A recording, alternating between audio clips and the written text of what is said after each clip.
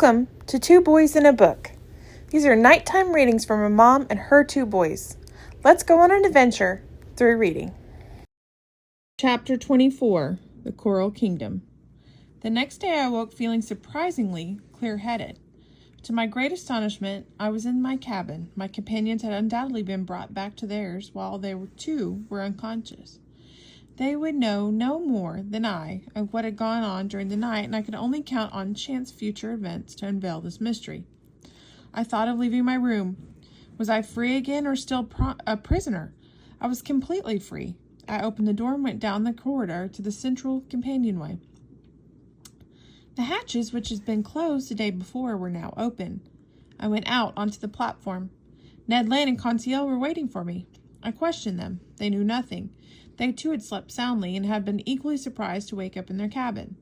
As for the Nautilus, it seemed to be as calm and mysterious as ever. It was cruising on the surface at a moderate speed. Nothing seemed to have changed on board. Ned Land scanned the ocean with his sharp eyes. It was deserted. The Canadian could see nothing on the horizon, neither sail nor land. A strong west wind was blowing, and long white caps were making the ship roll considerably. After renewing its air supply, the Nautilus dove and then cruised at a depth of about 50 feet so that it could surface again quickly. And this was done several times during the day of January 19th, completely contrary to the usual practice on board.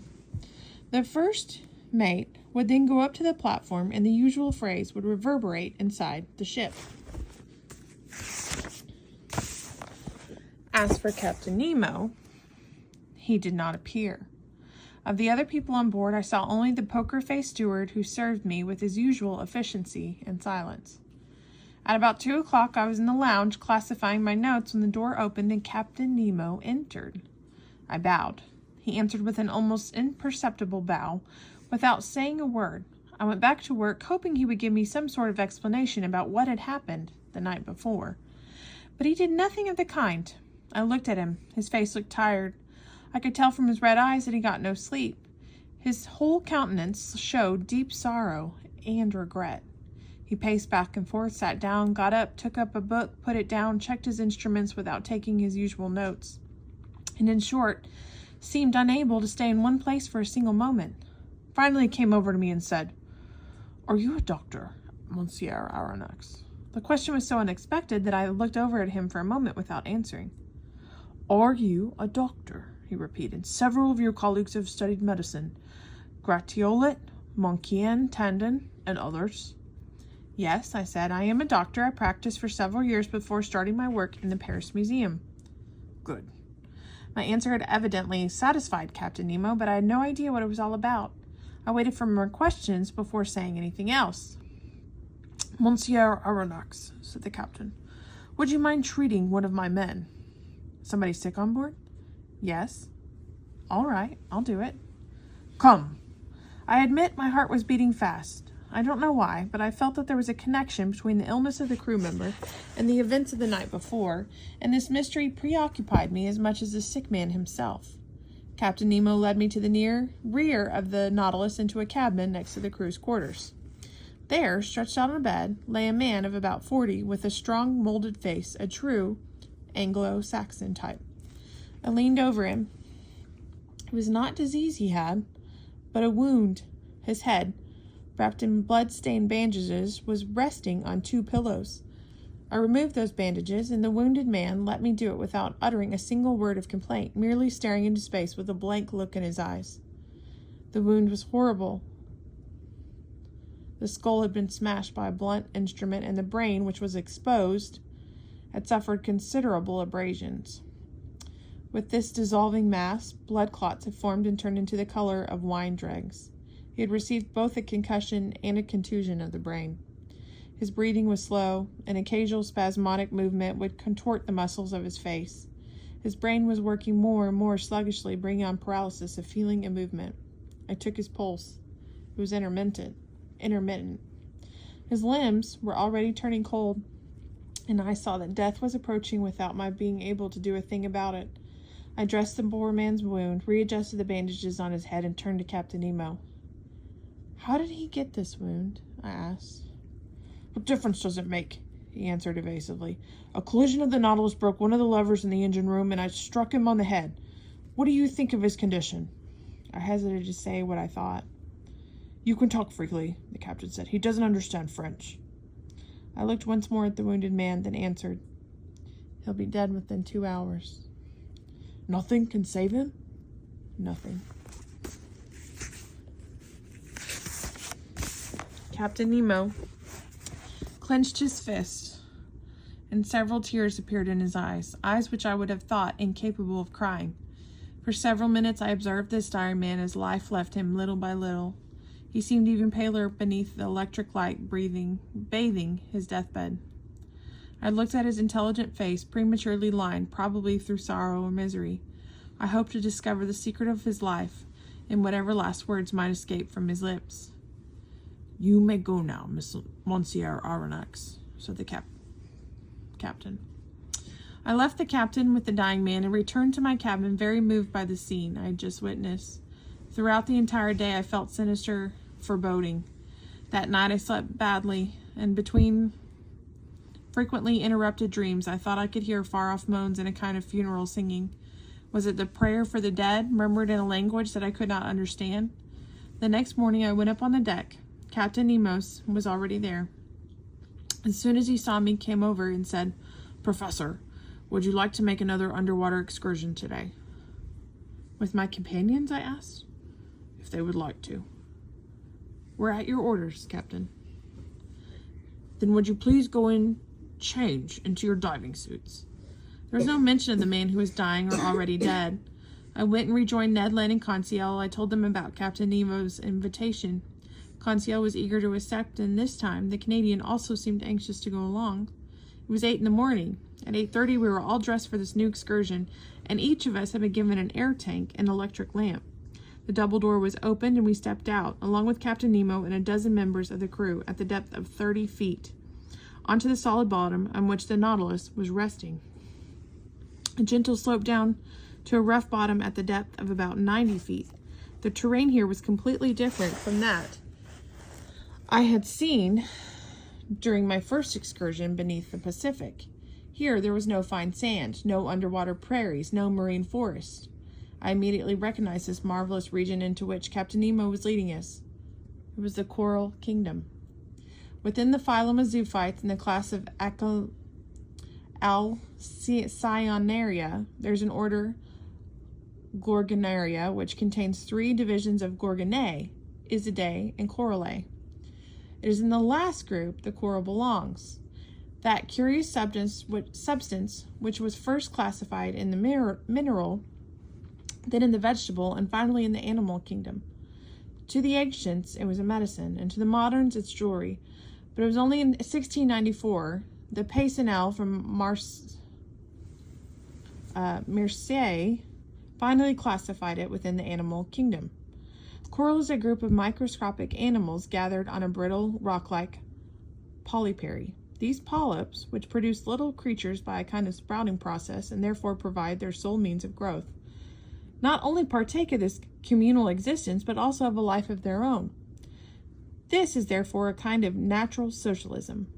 I was familiar with the latest work that had been done on this strange zoophyte, which, as naturalists have pointed out, slowly petrifies into tree-like shapes. Nothing, therefore, could have been more interesting for me than to visit one of the petrified forests that nature had planted beneath the sea.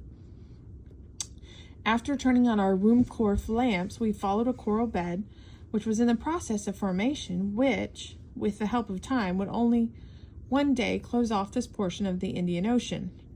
Our path was bordered with thick, tangled shrubs covered by little flowers and star-shaped white lines. The light produced 1,000 charming effects as it played about among these brightly colored branches. I thought I could see these tissue-like cylindrical tubes tremble beneath the wavy motion of the water. Small, fast fish would dart past like flocks of birds. I was tempted to pick the coral's fresh flowers and delicate tentacles, some of which had just blossomed and others scarcely yet opened.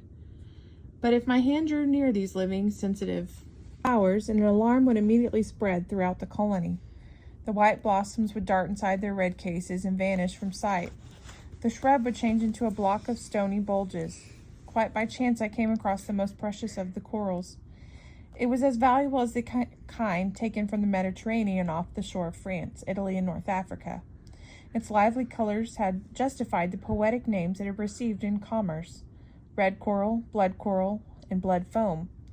This kind of coral is solid, sold for as much as $50 a pound, and here there was enough of it to make hundreds of coral fishermen rich. This precious substance, often mixed with polyparies, formed compact, inseparable groups called Macchiota, and on them I noticed marvelous specimens of pink coral. But soon the shrubs began to grow close together and in tree-like formations taller. Veritable petrified corpses opened up before us, covered with shapes like grinders of some fantastic architecture. Captain Nemo entered a dark gallery, which sloped gently down and brought us to a depth of 300 feet. The light from our lamps would occasionally produce magical effects as it reflected these sharp, rugged natural arches and off formations hanging down from above like chandeliers, making them sparkle like dots of fire. Between these coral shrubs I noticed other, no less peculiar polyps: melites, iris, corallina, some green and others red, species of seaweed which became encrusted with calcareous salts, and which naturalists, after long discussions, have finally classified in the vegetable kingdom. But as one scientist put it, this is perhaps the point where life rises from its stony sleep, without yet detaching itself from its crude point of departure. Finally, after walking 2 hours, we had reached a depth of 1,000 feet, that is to say, the extreme limit at which coral begins to form. But here there were no more isolated bushes or low clumps of trees. We were now in an immersed forest, which made enormous mineral plant-like formations, huge petrified trees, connected by garlands of those elegant, magnificently colored underwater vines called plumularia. We passed freely beneath their high branches, lost in the shadows of the deep, while beneath our feet organ pipe coral, brain coral, star corals, fungi, and caryophyllae formed a carpet of flowers studded with dazzling jewels. What an indescribable spectacle! Oh, if we had only been able to talk to one another! Why did we have to be imprisoned beneath this mask of metal and glass? Why couldn't we be like fish, or better yet, like amphibians who can live under and above water according to where their fancy takes them? In the meanwhile, Captain Nemo had stopped. My companion and I also came to a halt. As I turned around, I could see the crew forming a half circle around their commander. A closer look showed me that 4 of them were carrying an oblong object on their shoulders. We were standing in the midst of a vast clearing surrounded by the high, tree-like formations of the underwater forest.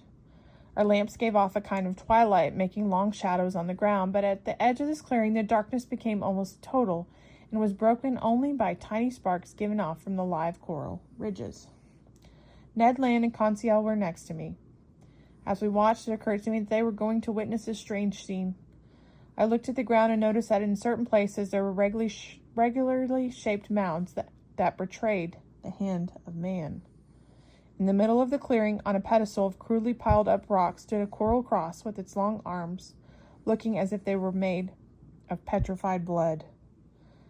At a sign from Captain Nemo, one of the men stepped forward, took a pick from his belt, and began digging a hole several feet from the cross.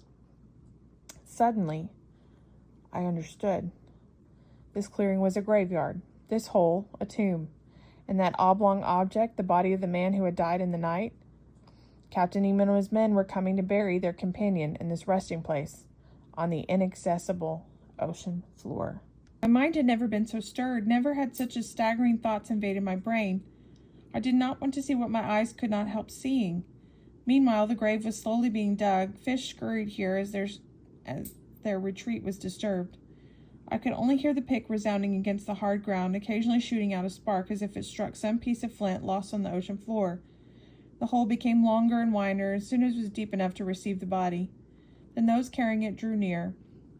The body, wrapped in a white byssus cloth, was laid in its watery grave. Captain Nemo and all of the friends of the dead man knelt down in an attitude of prayer. My 2 companions and I bowed our heads devoutly.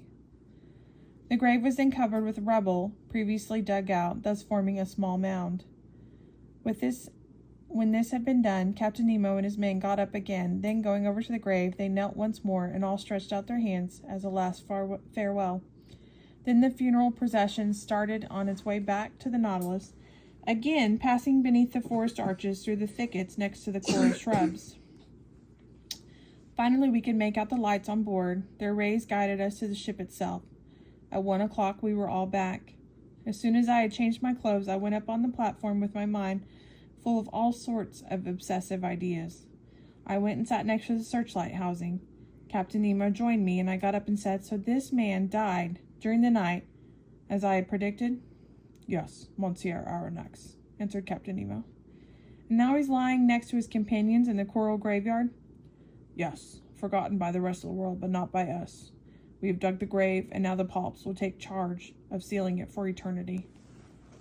The captain buried his face in his hands, vainly trying to repress a sob. He then added, "That is our peaceful cemetery, several hundred feet beneath the surface of the ocean. At least there, Captain, your dead can sleep quietly, beyond the reach of sharks." "Yes," Captain Nemo replied gravely, "beyond the reach of sharks and men." Stay tuned for part 2, chapter 25 tomorrow. And make sure and check out the boys' gaming channel, Riker and Boone. Good night. Good night.